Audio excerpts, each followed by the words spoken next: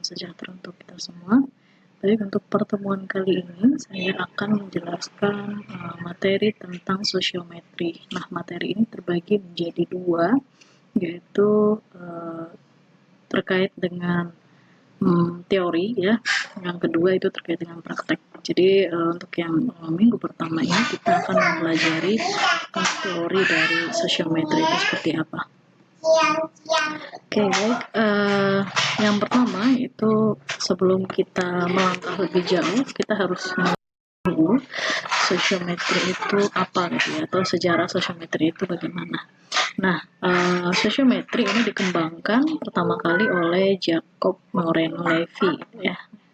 Beliau lahir pada tahun 1889, kemudian meninggal pada tahun 1974. Nah, beliau ini merupakan seorang dokter yang beralih profesi psikiater, dan beliau juga merupakan salah satu penemu dari metode psikodrama. Nah, sosiometri ini juga merupakan salah satu metode di dalam psikologi sosial, dan beliau juga terkenal sebagai ilmuwan di bidang sosial ya, untuk Jacob Moreno Levi ini.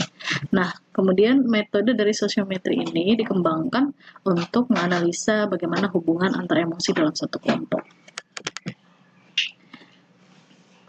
Oke, baik, selanjutnya apa itu sosiometri itu ya? Apa pengertian sosiometri? Nah, ini secara umum ya, sosiometri itu berasal dari bahasa Latin, socius yang artinya sosial, dan metrum itu artinya mengukur gitu ya. Nah, kemudian sosiometri itu sendiri jika disimpulkan dari pengertian bahasa Latin tadi, sosiometri merupakan salah satu cara untuk mengukur tingkat hubungan sosial antar individu dalam kelompok gitu ya. Kemudian selanjutnya tujuan sosiometri. Sebenarnya ada banyak ini ya, cuman ini saya simpulkan saja, ada 4 gitu ya tujuan sosiometri. Yang pertama itu untuk mengukur nilai stimulus respons sosial individu, atau dikatakan nilai sosial atau nilai pribadi, seperti yang dilihat oleh individu lain. Jadi bagaimana penilaian orang lain terhadap individu yang ada dalam kelompok gitu ya. Kemudian untuk menilai hubungan antar orang dalam kelompok, jadi untuk melihat bagaimana hubungan yang pola hubungan yang ada di dalam suatu kelompok, untuk menemukan dan model analisis persahabatan dalam setting kelompok gitu ya. Karena tadi hubungan antar orang ya, salah satunya itu ada persahabatan gitu. Jadi kita bisa melihat persahabatannya itu dalam setting kelompok. Kemudian yang berikutnya ini untuk mendeteksi individu yang perilakunya dalam setting sosial tidak kongruen gitu ya. Nah, untuk yang tidak kongruen ini maksudnya itu kita bisa mengetahui bagaimana posisi dari individu gitu dalam suatu kelompok gitu ya.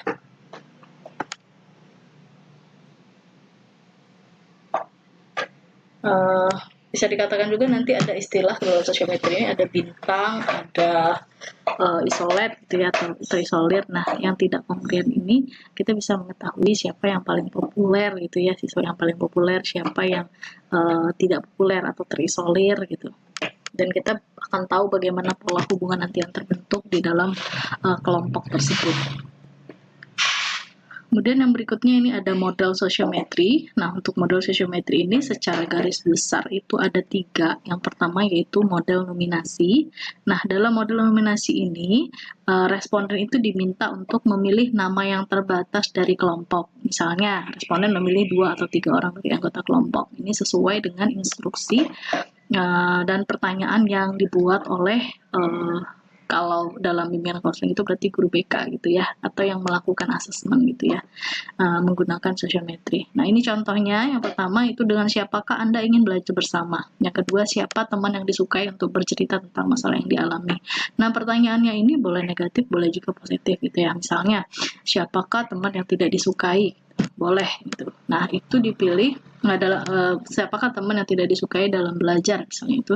Kemudian responden menjawab atau diminta siswa untuk atau responden tadi untuk memilih misalnya 3 orang dari anggota kelompok gitu ya. Nanti mereka akan memilih diurutkan, pilihan pertama siapa, pilihan kedua siapa, pilihan ketiga siapa gitu ya. Untuk pengolahannya nanti dijelaskan lebih lanjut.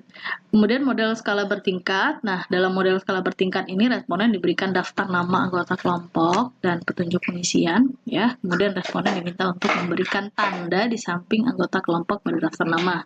Nah, pemberian tanda memperlihatkan tingkatan sesuai dengan kriteria stoichiometri. Jadi kriteria stoichiometri ini kan model skala bertingkat ya. Ini contohnya, jika Anda yang pertama yaitu pernyataannya selalu ingin belajar bersama dengannya, kadang-kadang suka belajar bersama dengannya, kemudian jarang ingin belajar bersama dengannya. Itu ada option jawabannya adalah S itu maksudnya selalu, K itu kadang-kadang, J itu jarang ya. Nah, ini petunjuknya, tuliskan salah satu di antara ketiga tingkatan di atas di depan nama yang disediakan. Jadi kita memilih 3 option jawaban ini gitu ya, atau 3 pernyataan ini di depan nama orang dalam kelompok yang sudah ada gitu. Ini contoh untuk jawaban respondennya. Responden menuliskan huruf S di depan nama anggota kelompok jika selalu ingin berteman dengannya. Kemudian menuliskan huruf K kalau jika kadang-kadang suka belajar bersama dengannya, begitu seterusnya gitu ya. Berarti yang terakhir kalau misalnya jarang belajar bersama dengannya, berarti kita tulis J. Ini sudah saya tulis di sini ya. Ini J, K, S, K, K, J, S, K. Oke. Yang berikutnya ini model siapakah mereka, who gitu ya. Dalam model siapakah mereka ini, responden diberikan kumpulan paragraf yang menceritakan tentang perilaku atau sifat-sifat itu ya, siswa laki-laki ataupun perempuan gitu ya. Nah, daftar nama dari anggota kelompok mereka dan petunjuk untuk mengisi dalam bentuk skala bertingkat. Nah, ini contoh kriteria dan petunjuknya. Ya, bacalah kalimat di bawah ini, kemudian tanyakan pada diri Anda, apakah ada teman yang seperti itu. Bila ada, tuliskan namanya di bawah paragraf ya. Jika lebih dari 1, tuliskan semua. Jika tidak ada, beri tanda strip. Jadi ini boleh tidak ada gitu ya.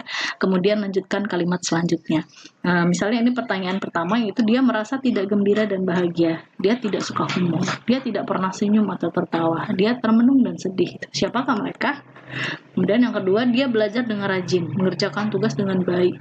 Dia suka membantu orang lain. Mereka serius dan tidak kenal lelah. Pekerjaan rumah mereka selalu selesai tepat waktu. Siapakah mereka? Nah, untuk jawaban respondennya, contohnya responden menuliskan nama yang ada pada daftar nama anggota kelompok. Jadi sebelumnya kita sudah tahu daftar nama anggota kelompoknya itu ya, dan siswa yang mengisi juga sudah tahu siapa aja daftar nama-nama temannya yang ada dalam kelompok. Misalnya kalau dalam satu kelas, berarti satu kelas itu, misalnya contohnya nih teman-teman ya, misalnya R3G misalnya gitu. Jadi teman-teman dalam satu kelas R3 itu ada berapa? Ada 30. Nah, berarti masing-masing individu udah tahu gitu ya nama-nama anggota kelompoknya itu, sehingga ketika mereka menuliskan nama teman-temannya itu istilahnya ya tidak ragu-ragu gitu ya, atau mereka sudah tahu nama-nama yang masuk di dalam anggota kelompok itu. Yang pertama ini contohnya dia merasa tidak bergembira. Untuk pertanyaan pertama itu ada mungkin ini individunya misalnya Reni misalnya ya. Nah, jadi Reni menuliskan Vita Dani untuk pertanyaan nomor 1. Yang kedua itu Eka, Joni, dan Susi. Nah, kalau misalnya tidak ada dari menurut Reni itu tidak ada teman yang merasa tidak gembira dan bahagia gitu ya, tidak suka humor gitu, berarti dibikin tanda strip saja. Kemudian sebelum kita nanti melakukan pengolahan data, ya ini berkaitan dengan pengolahan data gitu ya. Jadi ada beberapa istilah yang sering digunakan dalam sosiometri dan ini harus kita pahami juga gitu ya. Yang pertama yaitu sosiometri. Nah, sosiometri itu sendiri merupakan metode yang dapat digunakan untuk mengevaluasi struktur kelompok. Jadi sosiometri ini merupakan salah satu metode gitu ya, atau salah satu cara atau salah satu alat yang digunakan untuk mengevaluasi struktur kelompok atau mengevaluasi hubungan antar individu dalam satu kelompok gitu ya. Kemudian sosiogram. Nah, untuk sosiogram ini istilah yang digunakan pada diagram yang secara visual menunjukkan struktur sosiometri. Nanti lebih lanjut akan ada bagaimana bentuk dari sosiogram itu ya. Kemudian sosiometrics. Nah, untuk sosiometris ini visualisasi deretan kode yang menunjukkan hubungan dengan arah pilihan secara vertikal dan horizontal. Biasanya dibuat dalam bentuk tabel. Nah, ini kalau bahasa biasa yang biasanya gitu ya, bisa juga disebut dengan tabulasi arah pilih siswa. Nah, itu atau sosiometrik gitu ya. memang bentuknya tabel. Kemudian ini ada bintang. Nah, ini bintang maksudnya adalah individu yang menerima jumlah pilihan yang paling besar atau paling banyak. Nah, dipilih baik nominasi positif atau negatif. Maksudnya nominasi positif ini yang disukai atau tidak disukai gitu ya. Jadi dia bisa menjadi bintang yang positif dan bisa juga jadi bintang negatif. Nah, kalau jadi bintang negatif berarti kan individu itu tidak disukai gitu atau banyak ditolak oleh individu yang ada dalam kelompok gitu ya. Kemudian isolate atau isolir, ini individu yang tersisihkan atau terisolasi dari anggota kelompok yang lain. Ini paling banyak ditolak atau tidak dipilih gitu ya. Jadi tidak ada yang memilih dia gitu. Itu bisa dikatakan isolate atau isolir. Kemudian ghost, ini misterius ya. Ya, individu yang tidak mendapatkan pilihan, baik untuk pilihan yang positif atau negatif. Nah, kalau yang isolate atau isolir tadi ini bisa dikatakan paling banyak ditolak gitu ya. Nah, kalau yang ghost ini dia tidak dipilih sama sekali gitu, baik itu pilihan yang positif atau itu pilihan yang negatif. Nah, jadi itu dikatakan dia itu misterius gitu ya. Kemudian rejecting, ini individu yang menerima pilihan negatif atau penolakan. Kemudian neglecting, itu individu yang menerima pilihan relatif kecil. Kemudian ada mutual. Untuk mutual ini pilihan bolak-balik atau pasangan, artinya dua individu yang saling memilih satu sama lain. Kemudian ada rantai atau chain, ini pilihan berurutan seperti rantai A, B, C, D gitu. Artinya individu satu, A memilih B, B memilih C, C memilih D. Artinya mereka tidak saling memilih tapi memilih satu dengan individu yang lain. Individu menominasikan individu lain dan pada giliran ia juga menominasikan individu yang lain gitu ya. Kemudian ada gaps kondisi atau situasi yang mana individu saling memilih individu yang sama namun memberikan pilihan yang relatif kecil pada individu di luar kelompok. Seperti ini bentuknya, yang gaps ini ada pulau, segitiga dan lingkaran. Nanti lebih lanjut dijelaskan. Oke, kemudian apa sih peran guru BK atau konselor dalam sosiometri ini gitu ya? Itu yang pertama sebagai perencana. Jadi perannya itu merencanakan kegiatan sosiometri ini atau pemberian sosiometri gitu ya. Nah, dalam perencanaan ini ada beberapa hal yang perlu perhatikan, yaitu yang pertama, menetapkan tujuan pemberian sosiometri dan nanti menentukan model apa. Tadi kan ada 3 model ya, jadi nanti menentukan model apa yang akan digunakan untuk diberikan ke siswa ya. Pembuatan angket sosiometri. Nah, ini berkaitan nanti dengan pembuatan angket sosiometrinya. Jadi pertanyaan tadi yang saya tuliskan sebelumnya di dalam contoh yang model tadi ya, itu adalah pertanyaan yang dibuat oleh guru BK atau konselor. Jadi nanti bebas pertanyaannya apa saja sesuai dengan tujuan apa yang ingin kita ketahui gitu ya dari hubungan sosial siswa. Nah, kemudian menetapkan siswa sebagai sasaran, ya tentunya berarti kita harus menetapkan siapa sasaran kegiatannya gitu ya. Satuan layanan. Nah, dalam satuan layanan ini, kalau teman-teman atau bahasanya RPL ya, rencana pelaksanaan layanan atau satuan layanan atau satlan atau RPL gitu ya. Jadi teman-teman harus membuat itu nanti sebelum melaksanakan kegiatan. Nah, di dalam RPL itu nanti kan ada beberapa poin gitu, mulai dari kegiatannya apa, kemudian sasarannya siapa, kapan pelaksanaannya, ruangannya di mana gitu ya, dan bagaimana teknis nanti pemberiannya. Nah, kemudian yang kedua sebagai pelaksana. Nah, dalam pelaksanaan ini guru BK yang pertama yaitu melakukan verbal setting. Jadi pertama-tama guru BK atau konselor menjelaskan dulu apa tujuan, manfaat dari pemberian sosiometri gitu ya. Kemudian menekankan kembali bahwa sosiometri ini misalnya tujuannya adalah untuk mengetahui bagaimana hubungan sosial tercipta dalam suatu kelompok. Kemudian apapun nanti data yang didapatkan gitu ya atau data yang diberikan oleh siswa itu dijamin kerahasiaannya. Jadi dalam tahap pelaksanaan pada tahap awal ini sebelum siswa mengerjakan ini merupakan bagian yang penting gitu. Kenapa? Karena ini untuk meyakinkan siswa bahwa apa yang mereka lakukan atau apa yang mereka isi itu nanti akan bermanfaat buat mereka, sehingga mereka membuat atau menulis atau menjawab gitu ya pertanyaan yang diberikan melalui angket tadi itu dengan benar gitu, dengan tepat gitu ya, tidak asal-asalan. Nah, pada tahap ini merupakan tahap bagaimana konselor bisa meyakinkan siswa atau guru BK bisa meyakinkan siswa bahwa ini adalah suatu hal yang penting untuk mereka lakukan. Kemudian yang selanjutnya itu membimbing siswa dalam mengerjakan sehingga siswa dipastikan mengerjakan dengan benar. Nah, setelah tadi menjelaskan verbal setting gitu ya, bagaimana kemudian petunjuk pengerjaannya seperti apa, kemudian mendampingi siswa, mengawasi siswa untuk kemudian memastikan bahwa apa yang mereka kerjakan itu adalah sudah benar gitu ya, atau sudah tepat.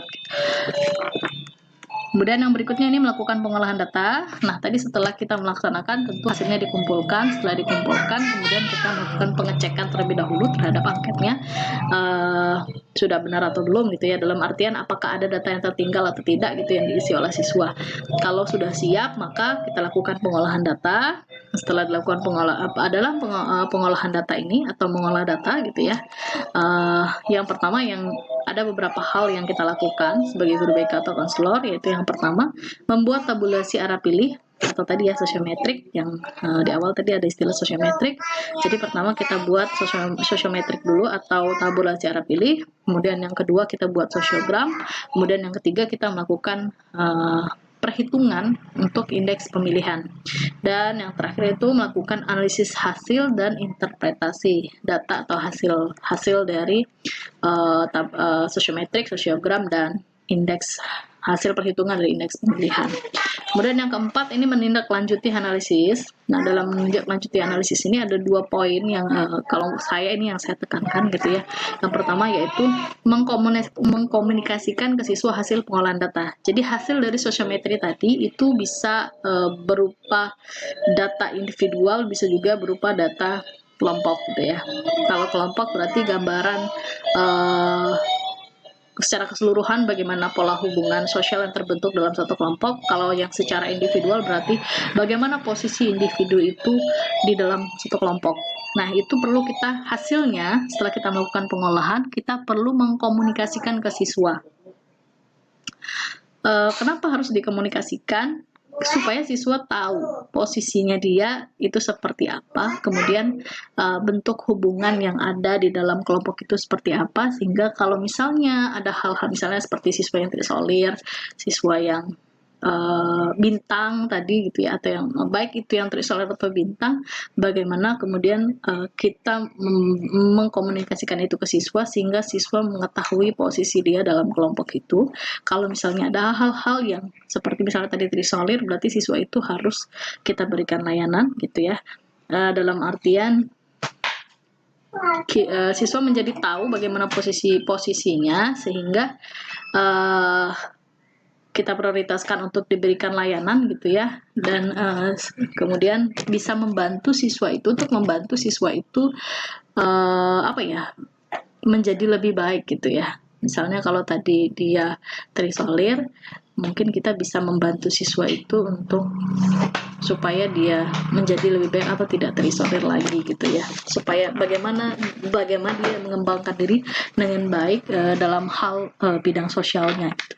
Kemudian membuat program layanan BK sesuai dengan hasil pengolahan data. Nah, jadi setelah dikomunikasikan ke siswa, yang perlu digarisbawahi dalam mengkomunikasikan ini adalah kalau misalnya hal-hal yang berkaitan dengan data individual gitu ya, atau posisi seorang dalam kelompok itu, maka kita sampaikan secara individual. Tapi kalau untuk gambaran secara keseluruhan bagaimana posisi pola hubungan yang terbentuk, itu bisa kita lakukan secara kelompok untuk pengkomunikasiannya.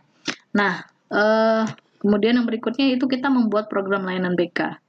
Jadi ini seperti yang di awal gitu ya, saya tekankan bahwa asesmen itu pada akhirnya, tujuan akhirnya itu adalah untuk mengetahui kebutuhan siswa. Nah, ketika kita sudah mengetahui kebutuhan siswa, maka kita menyusunnya atau membuatnya gitu ya dalam kerangka kerja. Nah, kerangka kerja ini kalau dalam bimbingan konseling itu namanya program layanan bimbingan dan konseling. Makanya berulang kali saya katakan bahwa asesmen itu merupakan satu hal yang penting di dalam bimbingan dan konseling. Kenapa? Karena itu adalah tolak ukur kerjanya guru BK gitu ya. Jadi kalau misalnya guru BK itu tidak punya program, maka tidak tahu dia apa yang akan dikerjakan gitu ya. Sehingga mungkin itu yang terbentuk di apa ya, stereotip di masyarakat gitu ya, bahwa guru BK itu tidak ada kerja, guru BK itu makan gaji buta gitu ya. Mungkin itu karena tidak melakukan asesmen sehingga program kerjanya itu tidak tepat sasaran gitu ya, karena bukan berdasarkan kebutuhan siswa gitu, sehingga siswa merasa tidak membutuhkan layanan yang diberikan oleh guru BK, dan layanan yang diberikan oleh guru BK akhirnya menjadi tidak bermanfaat gitu. Nah, kalau misalnya kita ada program layanan BK, tentu layanan itu akan dirasakan kebermanfaatannya oleh siswa. Jadi sehingga dalam setiap ini kan salah satu sosiometri ya. Sosiometri ini kan salah satu alat untuk mengumpulkan data mengenai siswa itu terkait dengan hubungan sosial.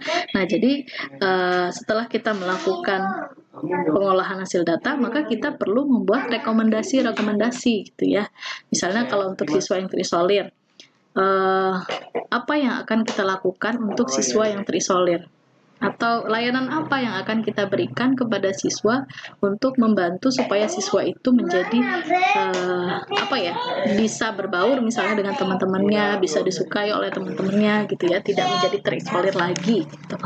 Nah, itu merupakan apa ya, berada dalam tindak lanjut hasil analisis yang poinnya adalah tadi hasil dari interpretasi kita tadi kita buat ke dalam program layanan BK. Jadi program layanan BK yang kita buat itu sesuai dengan hasil pengolahan data, artinya sesuai dengan kebutuhan siswa. Oke, ini sosiogram tadi ya, grafik atau diagram yang menunjukkan hubungan atau interaksi individu dalam sebuah kelompok atau pola hubungan dalam kelompok. Nah, nanti memang dalam sosiogram ini akan terlihat bagaimana pola hubungan yang ada dalam kelompok. Ya, ini ada teknik sosiogram. Nah, untuk teknik sosiogram ini ada 3. Yang pertama itu teknik lajur, yang kedua ada teknik lingkaran, dan yang ketiga itu teknik bebas. Nah, untuk contohnya ini ya, ini yang lajur, ini yang lingkaran. Kalau teman-teman lihat itu cukup memusingkan ya, atau kayaknya mumet gitu kalau ngelihat gambarnya gitu ya. Apakah saya bisa gitu? Itu timbul pertanyaan, apakah saya bisa melakukan atau membuat diagram itu gitu ya. Ini untuk teknik bebas. Nah, biasanya saya tidak ya lebih kalau mencontohkan cenderungnya itu ke yang bebas. Kenapa? Karena yang kalau yang bebas kan kita suka-suka kita ya mengatur posisinya itu.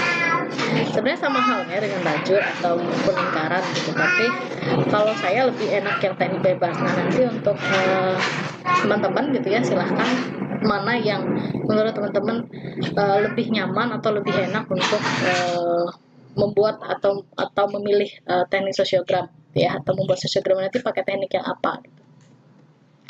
Nah, dari sosiogram tadi kan kita ingin mengetahui bagaimana pola hubungan yang terbentuk dalam kelompok. Nah, itu namanya adalah konfigurasi gitu ya. Jadi dalam sosiometri itu ada bentuk konfigurasi. Ini ada 5 bentuknya, ada bentuk segitiga, ada bentuk mutual, saling memilih, ada bentuk rantai, ada bentuk bintang terpusat, dan ada bentuk jala. Nah, ini contohnya ya. Kalau yang segitiga itu berarti individu itu membentuk segitiga A, B, C ini ya. A memilih B, B memilih C, C memilih A gitu. Sehingga ini membentuk membentuk kayak segitiga gitu. Nah, kemudian untuk yang rantai A, B, C, D, jadi individu A memilih B, B memilih C, C memilih D. Untuk bintang terpusat berarti misalnya ini C, D, E, F, G, H, I. Nah, mereka semua memilih A, sehingga bentuknya itu terpusat atau menjadi bintang. Nah, ini bisa dikatakan bahwa siswa yang banyak dipilih ini adalah siswa yang disenangi atau paling banyak ditolak. Kalau misalnya pernyataannya negatif, berarti dia paling populer untuk hal yang negatif, atau ya bisa dikatakan dia paling banyak tidak disukai gitu ya. Kemudian untuk mutual atau timbal balik. Nah, untuk mutual timbal balik ini berbentuk segi 5 gitu ya, dan dia A memilih E, E memilih A gitu ya, A memilih B, B memilih A, itu dikatakan mutual. Ini untuk jala. Ini jala ini yang paling bagus ya, gitu ya bentuknya. Nah, untuk yang segitiga ini kalau dimaknai gitu ya, bentuk hubungan segitiga ini antara A, B, C ini mereka mempunyai keterikatan satu dengan yang lainnya. Dalam artian kalau dilihat dari tingkat hubungannya itu mereka intim gitu ya, atau ya akrab lah bisa dikatakan begitu. Kalau yang bintang atau terpusat ini bagus, tapi ya hanya sebatas 3 orang ini saja yang dalam suatu kelompok ini gitu ya, yang kuat intensitas hubungannya. Nah, kalau untuk yang bintang atau terpusat ini untuk yang populernya bagus, artinya dia menjadi orang yang disenangi gitu ya. Kecuali kalau negatif, dia menjadi orang yang tidak disenangi. Tapi gitu ya, ini kelompoknya itu rapuh. Kenapa rapuh? Karena intensitasnya itu tidak kuat, intensitas hubungannya, karena mereka berpusat hanya dengan satu kelompok saja. Nah, kalau misalnya orang yang dipilih populer ini, misalnya si A ini tidak ada, maka anggota kelompok itu bisa bubar gitu ya, karena tidak ada sosok yang itu tadi yang A gitu. Mereka kan pusatnya cuma ke A. Jadi rapuh untuk yang termasuk ini ya, intensitas hubungannya tidak kuat.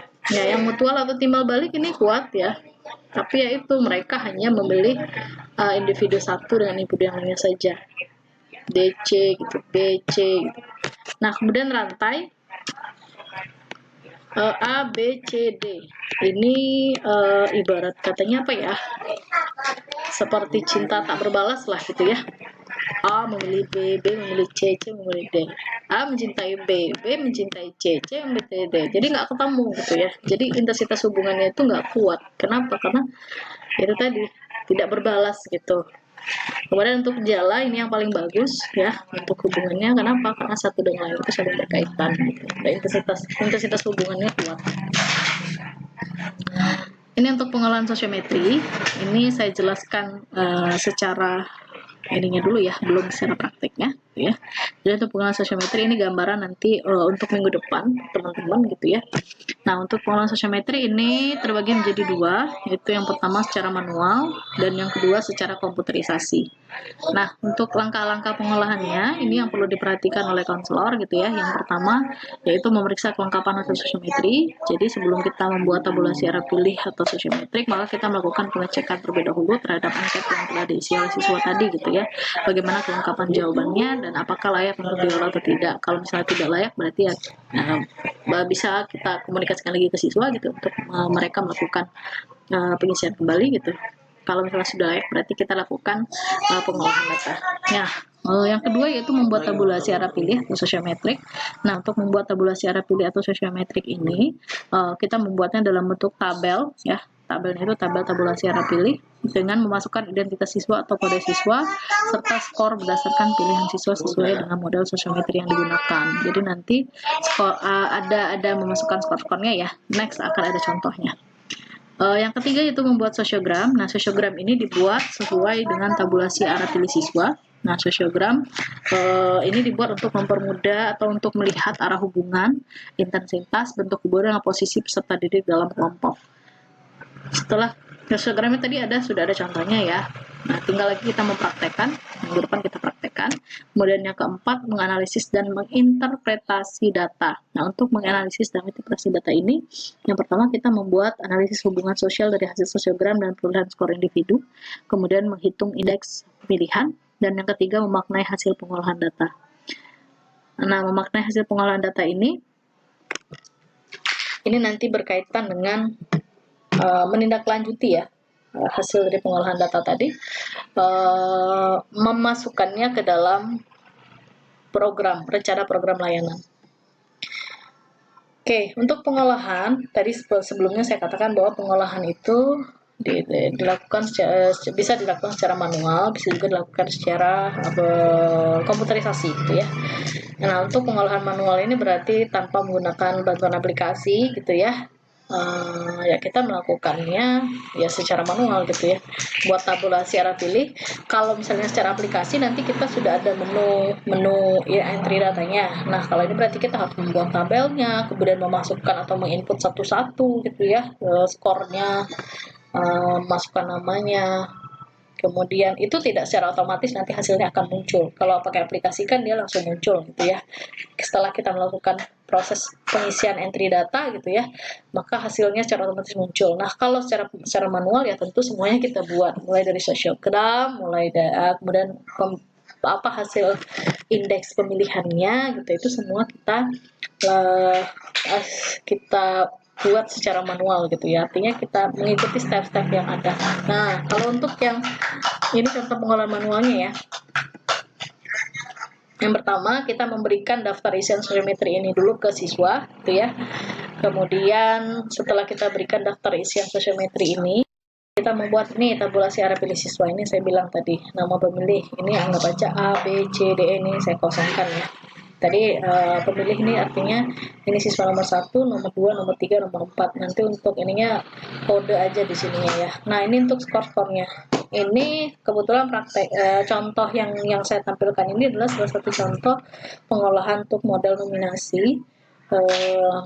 Tadi pertanyaannya itu ada satu ya, dengan siapakah Anda ingin belajar bersama. Nah, jadi misalnya ini bisa dilihat satu, nanti kita akan berikan skor. Nah, skornya itu pilihan pertama 3, pilihan kedua itu 2, pilihan terakhir itu 1. Nah, berarti ini untuk siswa nomor 1 memilih siswa nomor 3 sebagai pilihan pertamanya. Kemudian untuk siswa nomor 2 itu pilihan keduanya, siswa nomor 2 ini pilihan ketiga. Begitu seterusnya. Jadi 5 pilihan 1, 2, 3, kemudian skor. Nah, ini nanti minggu depan kita khusus untuk praktik ya. Nah, ini untuk sosiogramnya, teknik bebas. Udah mah. Udah belum. Ini contoh sosiogramnya, ini teknik bebas ya.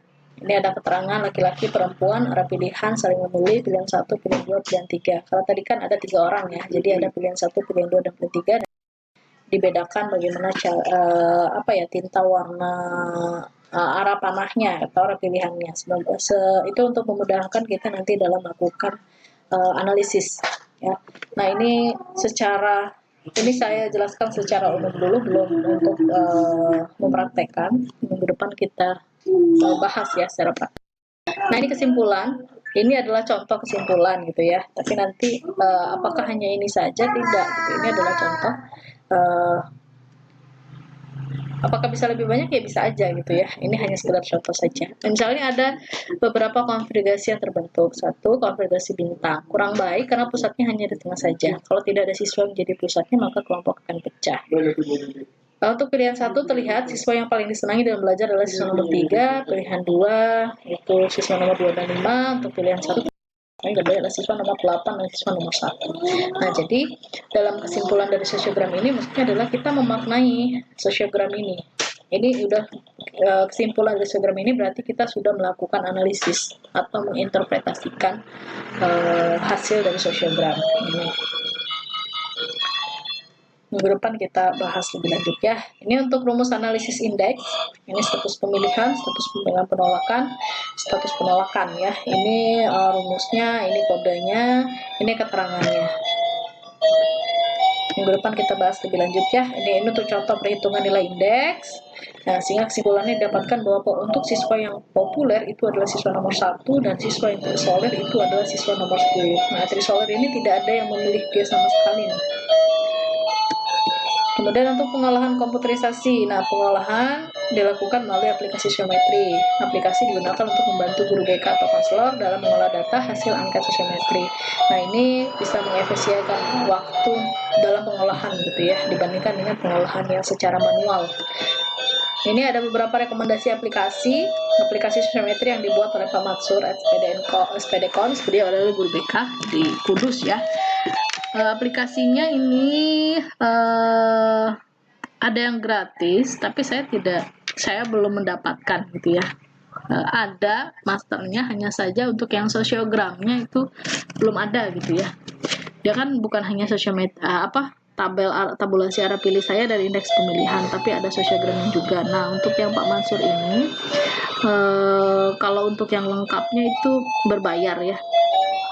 Kemudian sosiometri SEIDEC, alamat webnya boleh atau minggu depan kita praktekkan ya. Nah, untuk sosiometri SIDEC ini apa ya, ini dikatakan gratis ya, dia gratis, tapi mungkin lebih tepatnya sistemnya itu dia sistem donasi. Jadi dia tidak membuka open access gitu ya, tapi yaitu di webnya itu dia meminta donasi gitu. Nah, donasinya itu sukarela, jadi ya tergantung kita mau ngasihnya berapa gitu, jadi dia tidak memaksa gitu. Nah, untuk sosiometri ini dibuat oleh Pak Eko Susanto MPD-Koms. Beliau dosen di UMM ya, Universitas Metro, Muhammadiyah Metro, masalah di Lampung. Nah, aplikasinya ini berbayar. Jadi sebenarnya ada beberapa lagi yang dari UNP juga itu ada sosiometri kalau saya tidak salah. Ya, tapi memang kebanyakan berbayar gitu ya. Mungkin minggu depan untuk kita praktekkan itu kita pakai untuk yang aplikasi ya, kita pakai yang sosiometri SIDEC ya, karena itu aplikasinya ya sistemnya donasi. Terserah teman-teman nanti mau menyumbangnya berapa gitu ya, atau memberikan donasinya berapa. Itu digunakan untuk perawatan donasinya itu. Nah, kemudian ini kelebihan sosiometri. Yang pertama itu dapat melihat hubungan antar individu dalam suatu kelompok secara keseluruhan, sehingga dapat diketahui kadar hubungan sosial di antara individu. Nah, kita bisa mengetahui bagaimana kadar hubungan sosial yang ada di antara individu dalam suatu kelompok tadi. Dan dapat mengetahui siapa individu yang paling disenangi dan siapa yang kurang disenangi. Ya, siapa yang paling disenangi itu berarti yang paling populer, dan siapa yang kurang senang itu berarti yang terisolir gitu ya.